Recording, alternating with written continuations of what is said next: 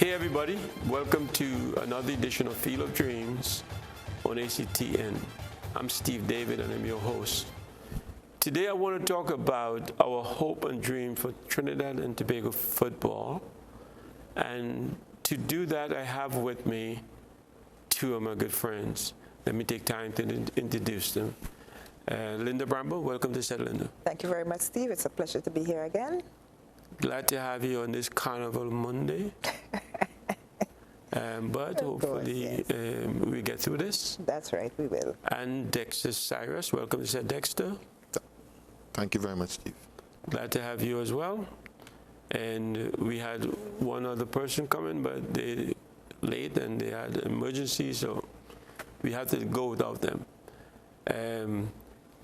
Let's have a discussion on our hope and dream for TTFA, because it's a rough period for everybody, and hopefully we can dream for them, and we can teach the kids who are watching how to dream.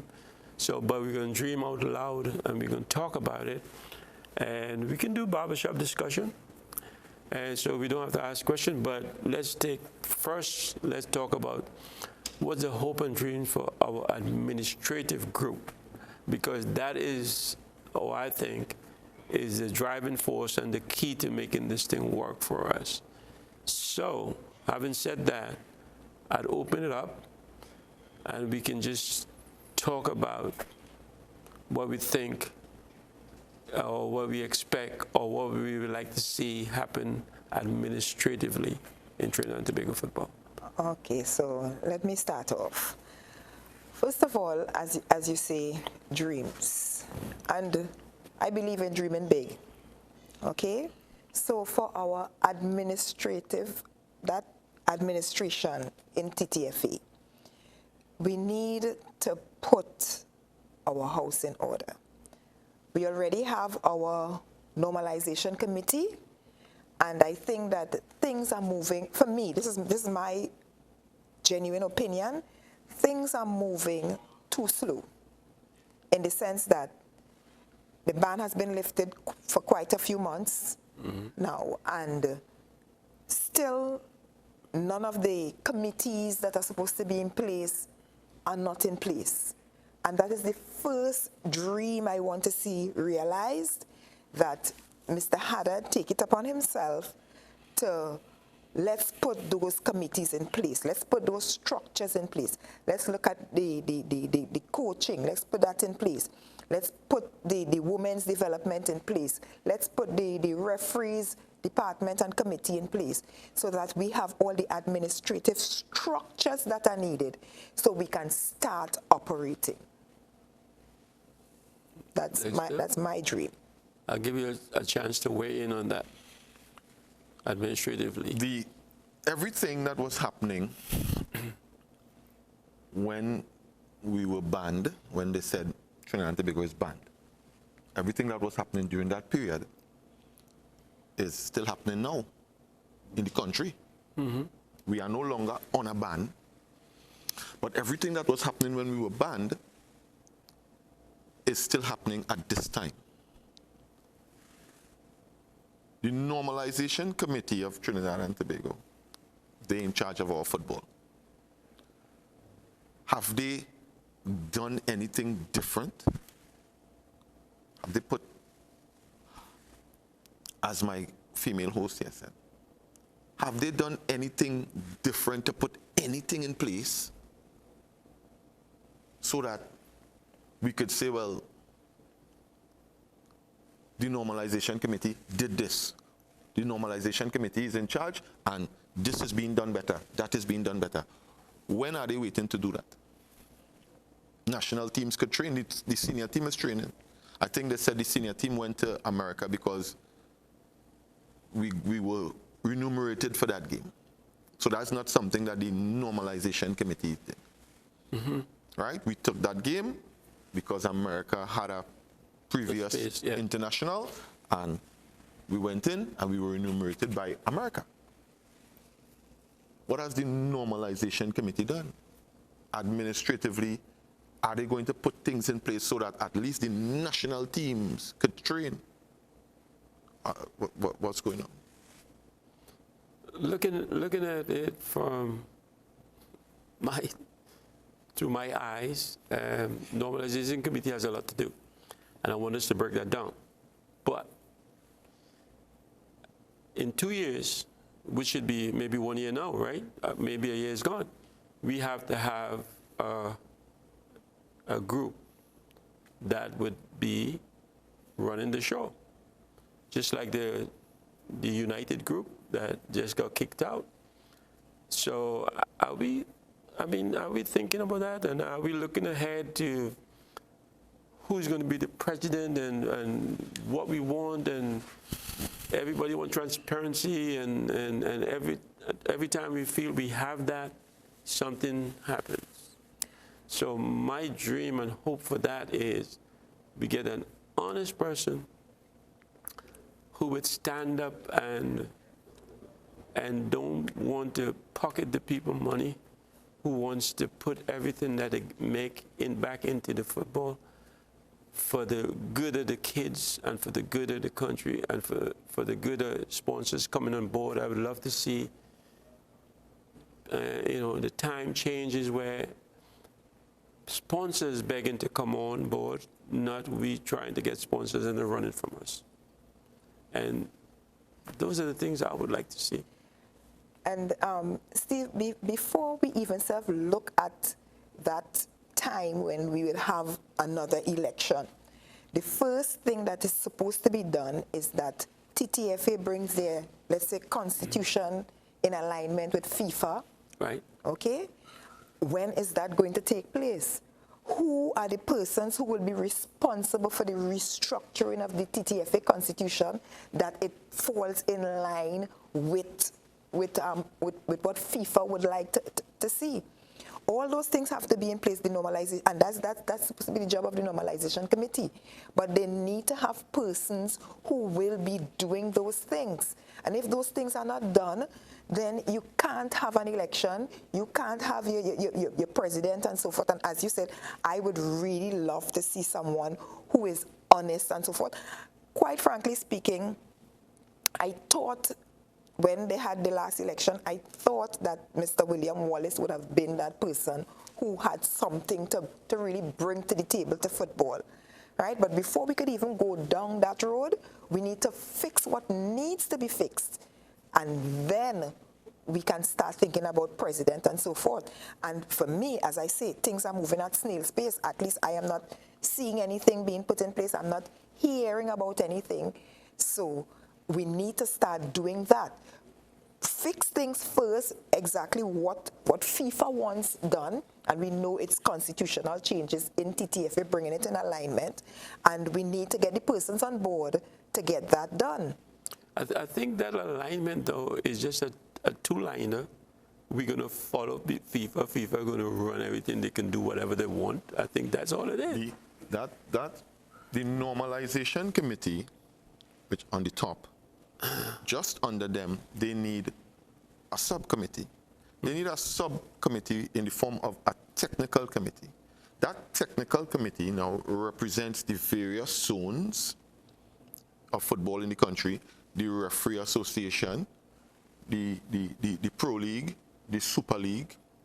That technical committee must comprise of a member or the presidents of all these other entities, just under the Normalization Committee. At that point in time, when that subcommittee is formed, now the Normalization Committee could say, what you need, what do you need, what do you need, what do you need, what do you need? And then they come to a general consensus. But if there is no technical committee under the Normalization Committee, how are they going to know who needs what? How are they going to know what's the first step to take? They're just going to wing it? The Normalization Committee needs a technical committee under them, comprising of all the various zones, the Pro League, the referees, everything. And then you put all those heads together. And then we choose out, based on prioritizing, what is the first step we need to take, what is most important, and all these things like that. But there is no committee under the Normalization Committee. Mr. Haddad, does he know how to run football? He needs the advice of people. He needs people underneath him. Well, let me extend an invitation to Mr. Haddad and then to come on the show to tell us, because to be honest, maybe they have it going on and we don't know. Come and tell us that you are doing X, Y, or Z. And Steve, And what you're doing. This is one of the things that, as I said, I just want to, Cyrus spoke about that subcommittee, right? As far as where FIFA is concerned with the organization of referees, it's the referees committee and the referees department. So with the referees, they need to get that in place, right? And the Normalization Committee needs to know that. Exactly, right? and that is one of the things. And it's not to say that Mr. Haddad is not being informed. It's not to say that Mr. Haddad is not being contacted. It's being done, but we are not getting any responses. We are not getting anything concrete to say, okay, this is what we have done. We know that we need to put X, Y, and Z in place. This is what has been done. Because I'm sure the coaches still have their issues. Nothing is being done. We see nothing for developmental stages of football, nothing for national training, except where we have the male national team. We have female competitions coming up just now. What is there in place?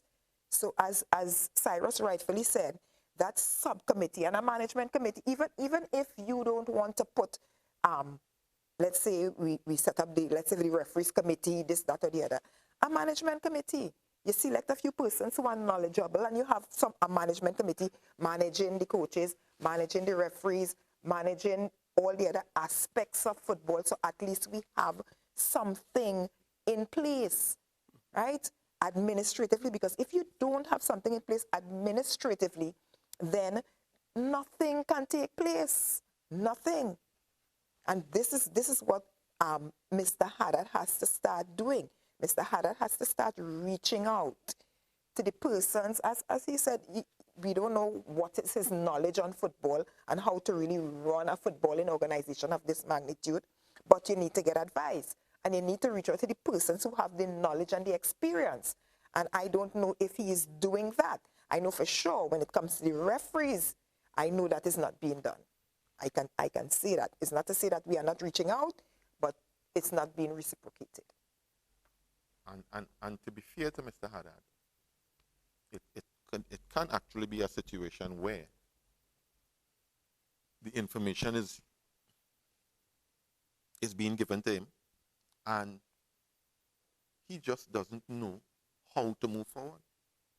Because it's not like if you can just come up with that with the snap of a finger. This is something that takes time. It's a process. You have to put things in place. Now, to be fair to him, I think he was thrown in to that position, right? If he doesn't have that experience or has never done anything like this before, now he is in charge of running football of a country. Trinidad and Tobago football is not looked at as any mediocre country. Trinidad and Tobago is a Caribbean powerhouse when it comes to football, right? We have qualified for the World Cup. We can actually call ourselves a CONCACAF powerhouse, right? We didn't qualify for the World Cup on many occasions. On many occasions, the girls reached the ladies reached the point where they were in a playoff and they didn't qualify for the World Cup and all these things. Now, him running a football, running the football of the country is big. It's big to be thrown in and just say, well, I'm going to do that. He might not be able to just do that based on. So I don't know if he needs more time. I don't know if it's a situation where what we are talking about now is actually being put in place. I don't know, right? But I guess all we could do is wait and see. And what about hoping and dreaming for enough funds money to run all of what we're talking about and getting sponsors on board and all of that kind of stuff? Steve, I know for sure that, especially with developmental programs and stuff like that, and I had said this before already, that FIFA sponsors programs, all right? So if we can, if we have our little management committee for, let's say, funding, all right? And they can explore the avenues where FIFA does the funding, no problem. That same management committee where you're looking at funding, because if you don't have funds, then you can't do anything, right? Presently, as it is with the pandemic and so forth, we know that things are hard for all, let's say, all our sponsors that would have been on board with us, all right? But if we have things in place, then we could get the commitment. But if we have nothing in place, then we can't get the commitment, and as time passes by, it's going to get harder and harder. Mm-hmm. It's going to get more difficult for us to even attract one sponsor for one of our national teams. So we need to get things back up and running, and then they have something to show, here, this is our plan, right? Maybe 3-4 years down the road, this is our plan. You show them something that they can work with, so that they can have some benefits. But if you have nothing, then you can't go to get sponsors and so forth, even with FIFA. Do you guys see it? Do you guys think we have moved one step since our normalization committee has come into place? I'm not seeing that. Not seeing that. I'm not seeing that. I'm seeing we pretty much stagnated, and it looks, based on that America game, I'm seeing where it looks as though we could have actually regressed. But I don't think the best players in the country should be stagnated. I think at least the Normalization Committee should put national programs in place so that the men's national team, the women's national team, the under-20s, men and women, the under-17s, the under-15s, under-13s, all those national teams should actually be training. I don't think the best players in the country should be stagnated for so long. Put a program in place to save the best players in the country. Should do something like that. So here, but on that note, I'm going to take a break, but when we come back, I want us to follow up on what you're talking about, the teams and the things that we need to do. Viewers will be right back. The administration now, based on technical committee level and board level up there, at let's say at TTFA level or normalization committee level, right? They also need to be motivated, but they must be motivated with a plan to motivate the people under them.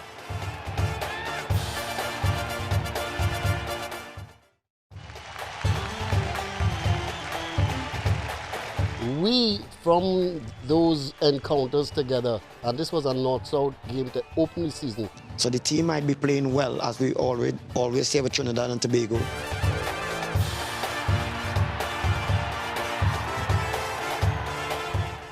Futsal did that great for me. Okay, hey everybody, welcome to another edition of Field of Dreams on ACTN. My name is Steve David, I'm your host.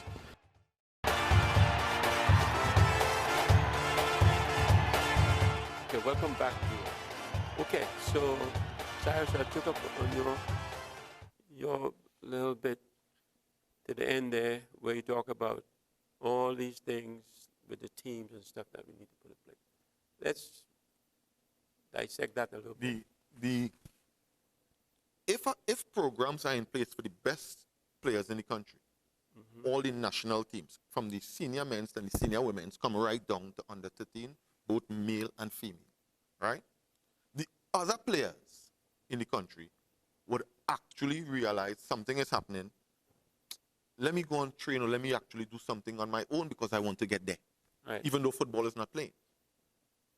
it would motivate them to actually train to do something on their own. But if nothing is happening down at ground level, nothing is happening in leagues, and nothing is happening at the top, at the national level, now we are going to lose players in the woodwork because they're going to become demotivated. They're going to now, that hope is gone. A lot of them might fall out of love with the game.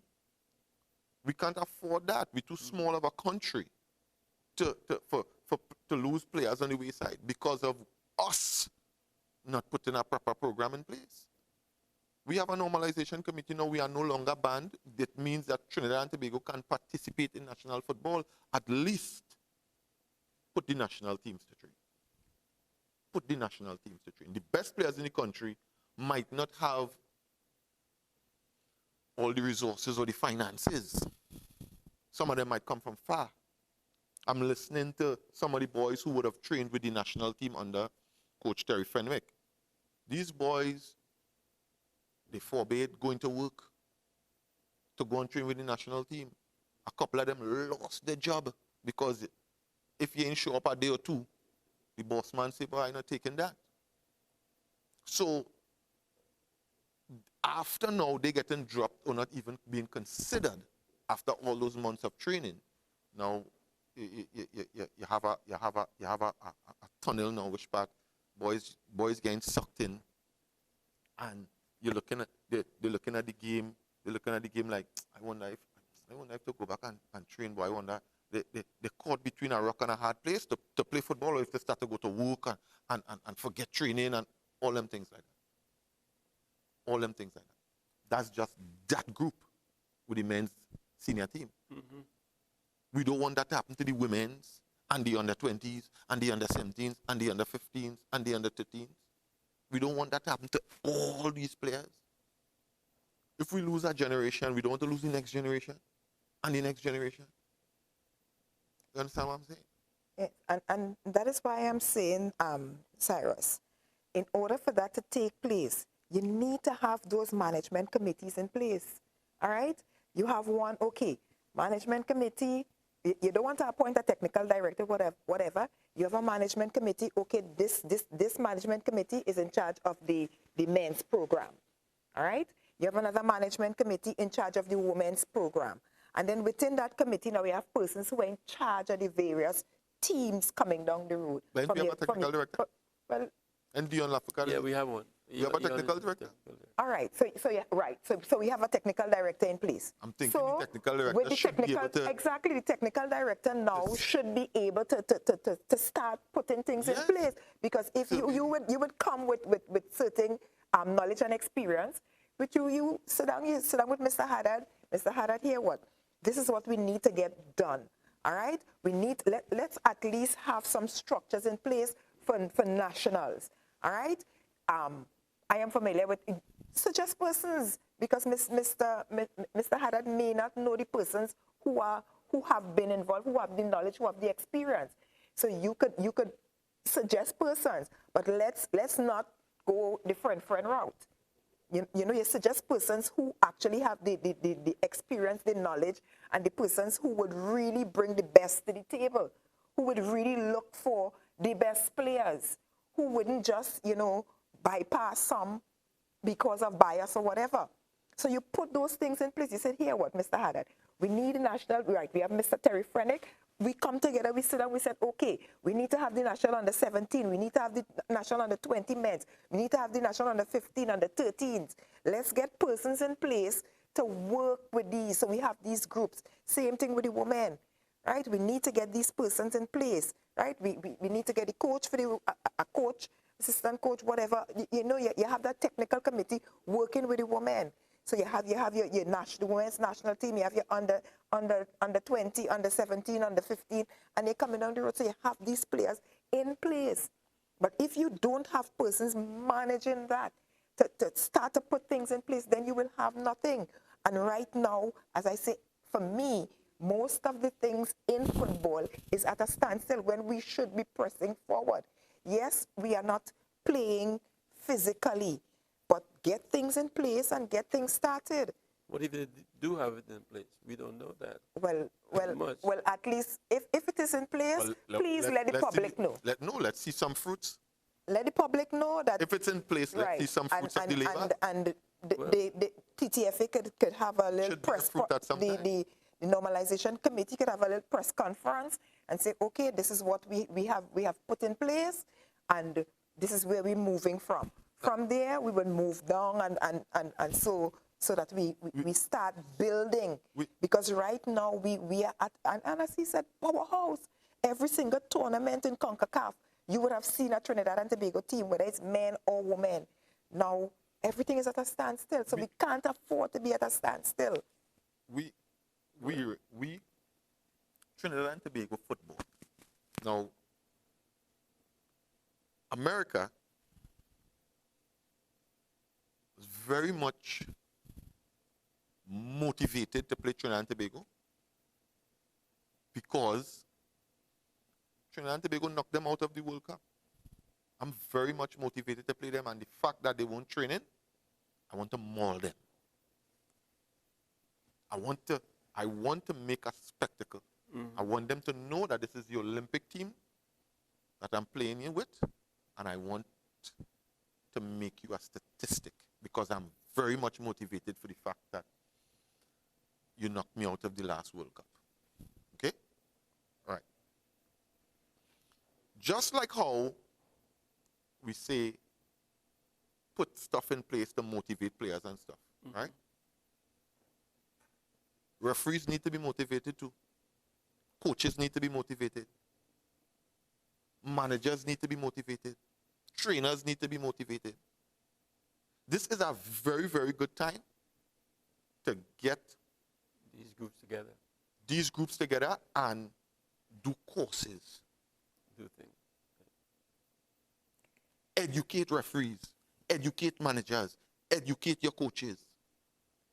It's a way better group to manage and control, right? Now, us, we are the administration based on the teams. The administration now, based on technical committee level and board level up there at let's say at TTFA level or Normalisation Committee level, right? They also need to be motivated, but they must be motivated with a plan to motivate the people under them. If you are in charge, you are only as good as the people under you. You are only as good as your foot soldiers. Your motivation at the top must be to motivate those underneath to work. So you can say, the Normalisation Committee can say after 2 years, this is what I've done, that is what I've done, that is what I've done. But it goes across the board. From a referee, to managers, to trainers, to coaches, straight down to players. Because we, a referee, a coach, a manager of teams, we now have to take ourselves out of our shoes and go into the shoe of the player. When you go into the shoe of the player, what are you seeing? How does the future look? What are you seeing? How does the future look when you go into the shoe of a player in Trinidad and Tobago? I haven't played any football for a year. Usually, the Pro League football that I might have played, if I'm good enough, I would have gotten a salary maybe about 7, 8, 9 months for the year. I haven't gotten that. What is the player seeing? What is motivating this player? What? You know, I was just looking at the screen there, and I'm glad you talk about referees and education, because right now we in South Zone we wanna build right now, because we don't have football. We are losing a lot of our referees. We want to start a referees course. We have no referees committee in place. We have no head of department in place. We have no referees department in place. And it's the referees department and the referees department that is in charge of training and development of referees. All right? Some of our FIFA referees, that FIFA referee, that's their job. Right now, some of them probably have no job. There are those who, because of the fact, as you were saying, they go to a tournament and then they're pressured by their bosses. Some of them, I know some of them who have actually quit their jobs to take up refereeing as their full-time job. And now there is nothing in place. So we need, and I'm hoping that Mr. As you said last time, we hope that he's listening. I am really hoping that he's listening. So at least we can get those things back in place. Referees committee, referees department. And as I said again, even if you don't want to do that, let's have a management committee. Yes, a management committee. Okay, we have a management committee in charge of seeing about referees' business. And you get the persons who are, as I said before, no biasness. You get the persons with the experience and the knowledge who are willing to do the work, to work with the referees and build the referees back up. And you get them started. And I know there are lots of persons who are ready and willing. But it's just that there is nothing in place, so everybody's sitting and waiting. And if we wait too long, then we are going to find ourselves in a desperate position when things actually start back. What if he's saying, hey, we just going to get the train back on track, and then whoever the new group is coming in, let them take care of it? That can't happen. In 2 years from now? That can't happen. Things have to be in place. No. We have World Cup qualifier next month. Well, they had the national team training. Right. But having the national team training is one thing. We played America in a practice game, right? Literally, we get mauled, right? We could have gotten 12, 13, 14. Okay. If you count the half chances, it could have crossed 50. Right. Okay, no problem.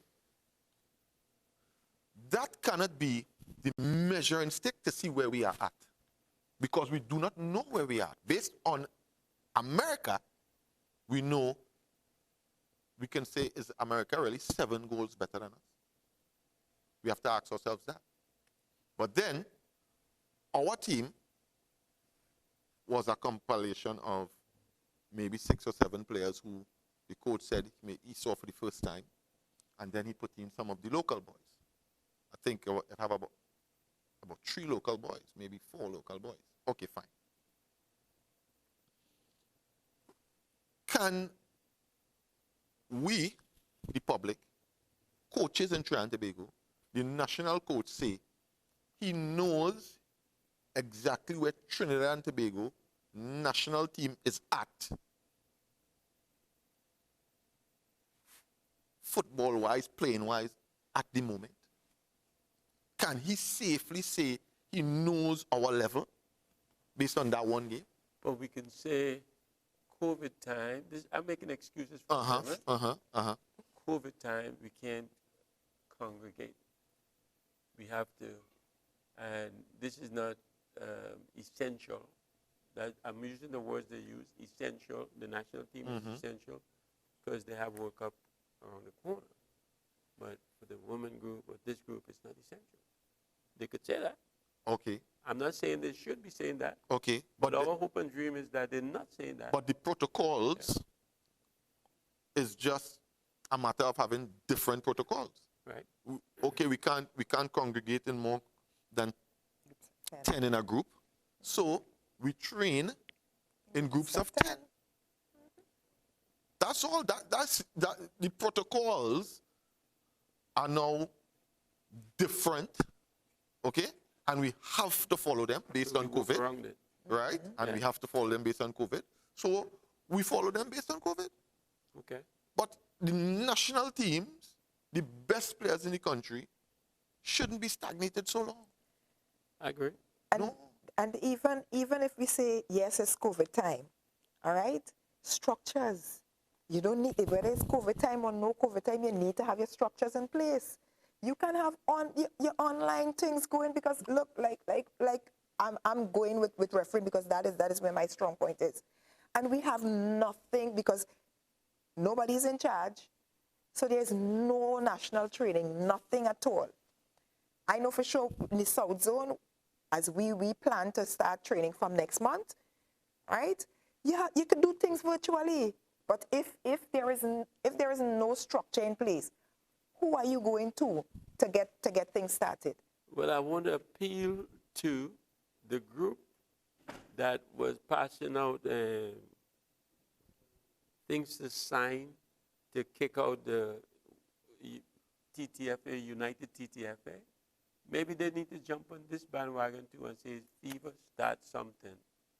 Or Normalisation Committee, start something. They're sitting on their thumb now Exactly. and not doing nothing. So that's how we do.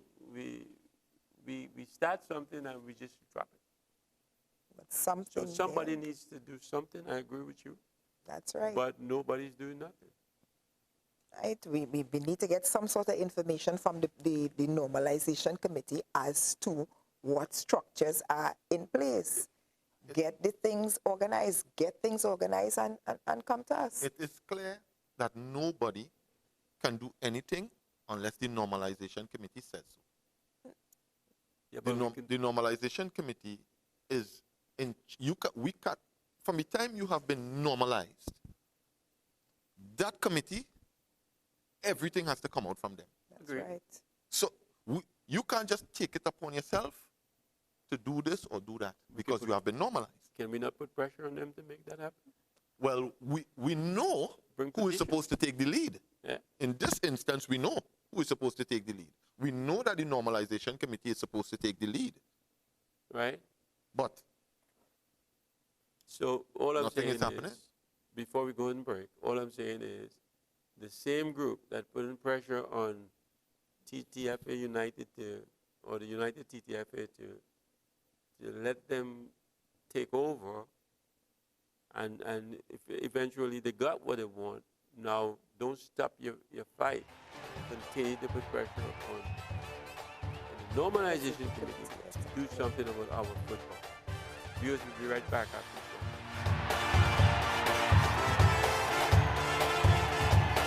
the ground that I learned to play football on, my dream, is to see that ground up and active again. Because the domino effect of the closure of Petrie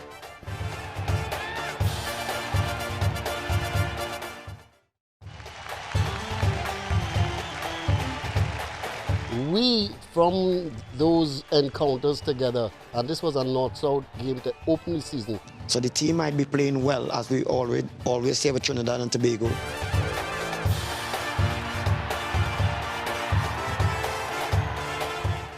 Futsal did that great for me. Okay, hey everybody. Welcome to another edition of Field of Dreams on ACTN. My name is Steve David. I'm your host.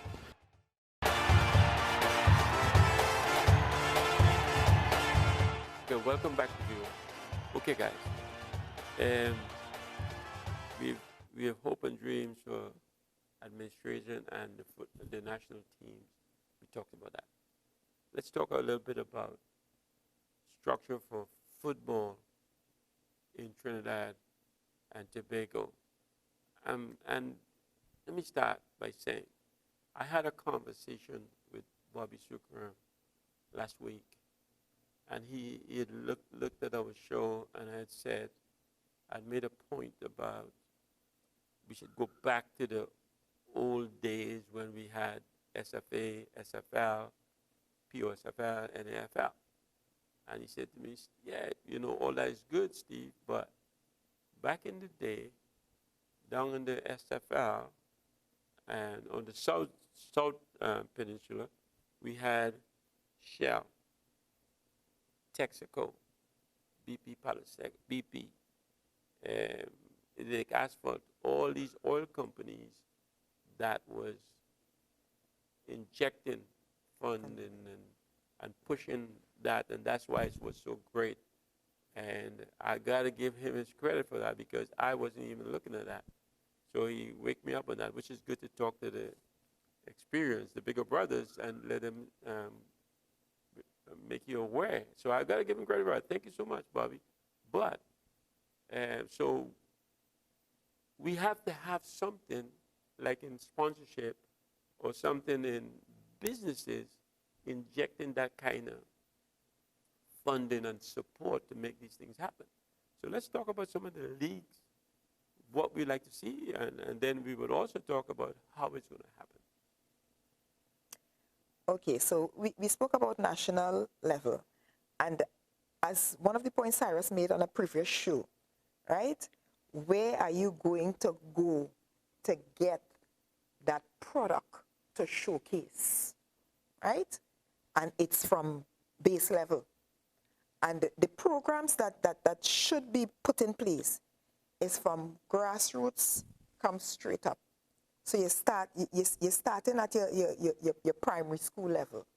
Or even those persons who have their academies for, let's say, from the 5-year-olds. And you're starting from there. You're starting at primary school level, right? You're starting at secondary school level, and we are speaking about both male and female. Definitely.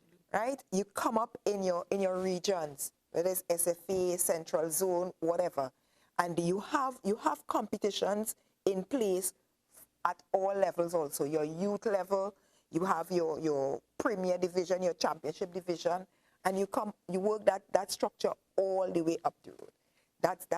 That's my dream. I want to see programs in place where you have from the base come straight up, so that you have that good pool that you can showcase at that national level. That would make things nice things. And if just how you said it, if that could happen with no problem, that would be brilliant. Our dream would be achieved.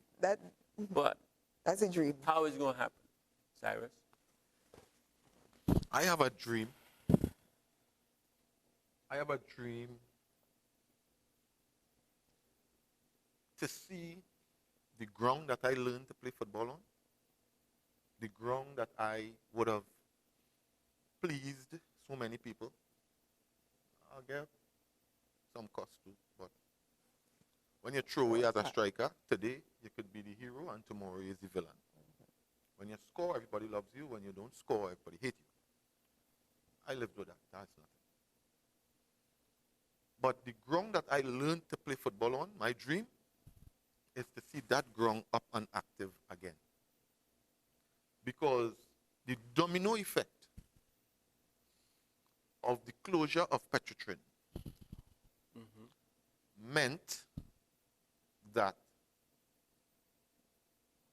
the Palaseco Industry Park, men, it might sound like a joke, but men are actually hunting on the backfield. You know, just this morning I looked at the video on that.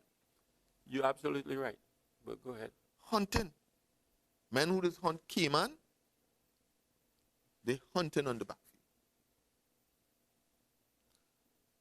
You can get lost in the bushes on the main field, the field that is surrounded by what was the best cycling track in the Caribbean. Right. You could get lost in the bushes there. Right. The front field, which is the public ground, I'm not sure what's going on there. But here what happens. When you walk into the compound, to your left is the cricket nets. The front field is a football field, hockey field, and a cricket field. When you reach the first car park, there's the netball court. When you reach the club, there is snooker and pool downstairs, and upstairs the club is table tennis. When you reach the main field, there's athletics, cycling, and football. And down at the back field, that's the warm-up field, there's a basketball court next to that field. All these sportsmen and women no longer have access to this facility. What are they going to do? Where are they going? Palo Seco and environs was a sporting hub. Cyclists, athletes, footballers, cricketers, you name it. Netballers, you name it. No, that whole facility is bush, totally run down. What you hope for that? I want to see that up and running again. I saw that the other day and tears come to my eye because I know what that did for me. Now I am trying to do something for my sons, but my sons live walking distance from a field. I used to play football on the field in the back of my primary school, and down there at the industry park is where I started taking coaching at the age of 11, playing under 12 and that kind of thing, under 10. And it does bother you to know that the other kids, the other players coming up, in whatever sport that they choose, will not have that opportunity. What about right here in Pointe-à-Pierre? Pointe-à-Pierre, With that Forest Reserve, all the company fields. PLD had 2 fields back to back that the Petrochin youth teams trained on. No, bush. There's no maintenance of the fields, but it also tells you what they think about sport. Even if the whole facility is run down, the front field, which is the public field, that field could be upkept. So at least you have 1 field. So what's your thought that the Ministry of Sports or the Somebody needs those to should do have something with all those fields. Pointe-à-Pierre. Yeah. Pointe-à-Pierre. Pointe-à-Pierre. Pointe-à-Pierre have 2 fields. And back. The main field and the field down to the back. When you're using this field, it have the older guys playing football down to the back, they have to find somewhere else to go. It means that other fields now are going to get overrun. It means that other fields are going to get overworked. So that's not only football. So administration don't care about sport. This is what I'm saying in general. Pointe-à-Pierre had the little cycling track, although it wasn't like Palo Seco, but they had the little cycling track. They have the athletes and all these things. Everybody have to try to pack themselves now into Manny Ramjan training field. And who was part of the Pointe-à-Pierre running team and who was part of the Palo Seco running team, now they have to commute to go to Paria or they have to go Point and all sorts of things. So now you're losing these athletes and you're losing these sportsmen and sportswomen through the woodwork because now I mightn't have the money to commute. During this COVID time, things get harder. Who lost their job, who this, who that, who boss only come to work 2-3 days a week and all sorts of things. Okay. That kid, go ahead. No, so we hear you on that, but what about our Pro League, Super League, and all of these things? I think now in COVID time, to start up a league might be difficult. I understand that we will be acquiring a vaccine maybe by the end of March. We're 6 weeks away from March. I am thinking that if you open up sports, then there is no reason not to open up schools. Opening up schools, especially primary schools, could be very, very, very, very tricky because of the fact that you will never know the kid who is asymptomatic at primary school level. That kid will sit there with the coronavirus in him for months and you will never know. Every elderly person who would have died from the coronavirus would have gotten it from a relative who went out and got it and came back home with it. They did not go to no party, they didn't go no sports, they didn't go anywhere. Every elderly person with what they say comorbidities, they didn't go anywhere and get that. If we watch the news carefully, you'll realize that is what lick up Italy. That crashed the old people in Italy. The younger ones going out, getting it, bringing it back home. Now, if it is you're trying to pick up based on symptoms, problems because the asymptomatic individual will just spread it. That's the trick now with primary school, especially down at that level. So now we have to be careful. We have to be careful. From the time you open back up sports, then there is no reason to keep the kids and them home. But if it's so contagious, and I have $1 and it goes to Linda and you and everybody else, how come we all not under the same The money? with the money? Well, I don't know. I can't say. I can't say when it comes to money. But we nobody can say. Linda, Exactly. go ahead. You know, I wanted to say something here when you talk about opening back up, because presently now, you know that schools are opened for the Form 4s to 6, right? And I can talk about my experience with my students. My Form 5 class, I had 2 days last week. And I left one group working here to go to another group. And by the time I come back, no social distancing, mask off, right? So you find that, as you say, opening back up the leagues right now, getting that professional league back up and running, we're going to be in some problems, Definitely. right? We're going to be in some problems. You think so? Yeah, because right now I am kind of a little scared, even with the reopening of school. I know the benefits because the children need to come back out, they need to be practicing, they need to, but the thing about it is to get them to, because they're not, as people say, the young persons, I think that they have this sense of feeling invincible. That for me, I can't, because I was speaking to 2 of my students and I said, you're not social distancing. And they told me, they said, Miss, they are not brothers, right? They are good friends. Miss, we in the same house every single day, same room we sleeping on, we sleeping in the same bed, no mask. I said, but you still have to social distance here because we know that we have to follow the COVID guidelines. That's the protocol, yes. Right? And for them, they can't get it in their head. Okay, you both played football. If you were in this time, would you rather to be home not playing football, or would you play football? For me, because of my passion, I would have taken the chance. I put on my mask and I play. Exactly. Honestly. Honestly. I'm seeing that. I am seeing that in my students who come out. They come out, they want to play, they want to train, they want to do everything and they love the football, because one of my kids, he left his, I confiscated the football because they were playing in the hall and they weren't supposed to be playing in the hall since before school closed for COVID. So I found the football in the cupboard and I gave him it back.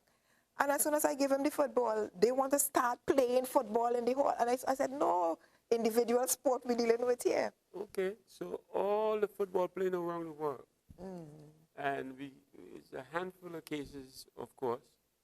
So why can't we play and have a handful of local cases? I think we could start something, but as Sarah said again, in your small groups. You monitor your small groups. Well, but professional league, let's start with that. Yeah, and we monitor because with the older ones, you find that they will take those COVID guidelines a little more seriously. Right? So we could start gradually. So my For hope me, and dream is for we could start gradually. start with something and let's see how it goes, and if it's not working, we shut it down. That's right. But I want to agree with think you on that the one. Pro League or the Super League should be playing football. Everywhere else in the world they are. We have to be careful based on the comparisons that we make into the leagues outside. Okay. Tell Because me.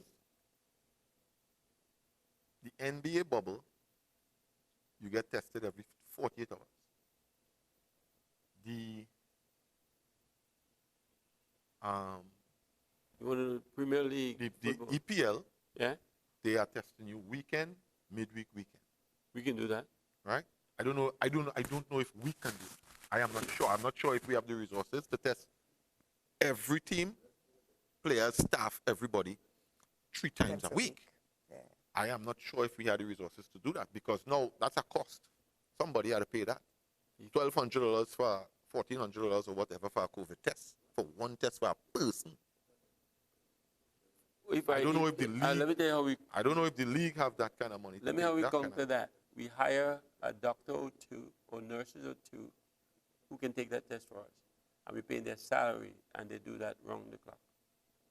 Okay, Cheaper. all right. But Than paying that's $1,400. a lot of work for two people Well, I mean. for let's all say these 10. teams. And we would need to have access to all the testing One per team, equipment also. let's say. Yeah, yeah. All right. Right? Every team has to have. Yeah, one per team. Yeah. Yeah, one per team is different. Okay. Yeah, one per So, team. but there is ways we can do it that is not going to be too costly. Instead of playing individually, we pay by one person to do it per team and make it happen. Yeah, because we making the comparisons to outside, Right. the leagues that are playing abroad, it's chalk and cheese. We not in that category. I don't think we're in that category. So we have to be careful. We have Alright. to be careful making comparisons. We need to know how we need to operate based on Trinidad and Tobago. Okay. Right. We have gone over time now. So, anybody have anything to say real quick? As I said, my dream Uh-huh. is to at least let's start administrative. Let's Okay. have the structures in place, Right. and we move down. All right, you guys, you heard that, Mr. Haddad and the Normalization Committee. We need to do something with TFA football. Thank you guys for being here as usual. It was a pleasure. Appreciate you. Yeah, thank you very much, Steve. ACTN, thanks for the opportunity. Viewers, thanks for tuning in. Every Monday night, and we do repeat on a Tuesday at 1 and a Saturday at 1. We have a Facebook page. You can check us out. We have an email address, philodreamtv@gmail.com. There you can drop us a line. Be sure then to peace and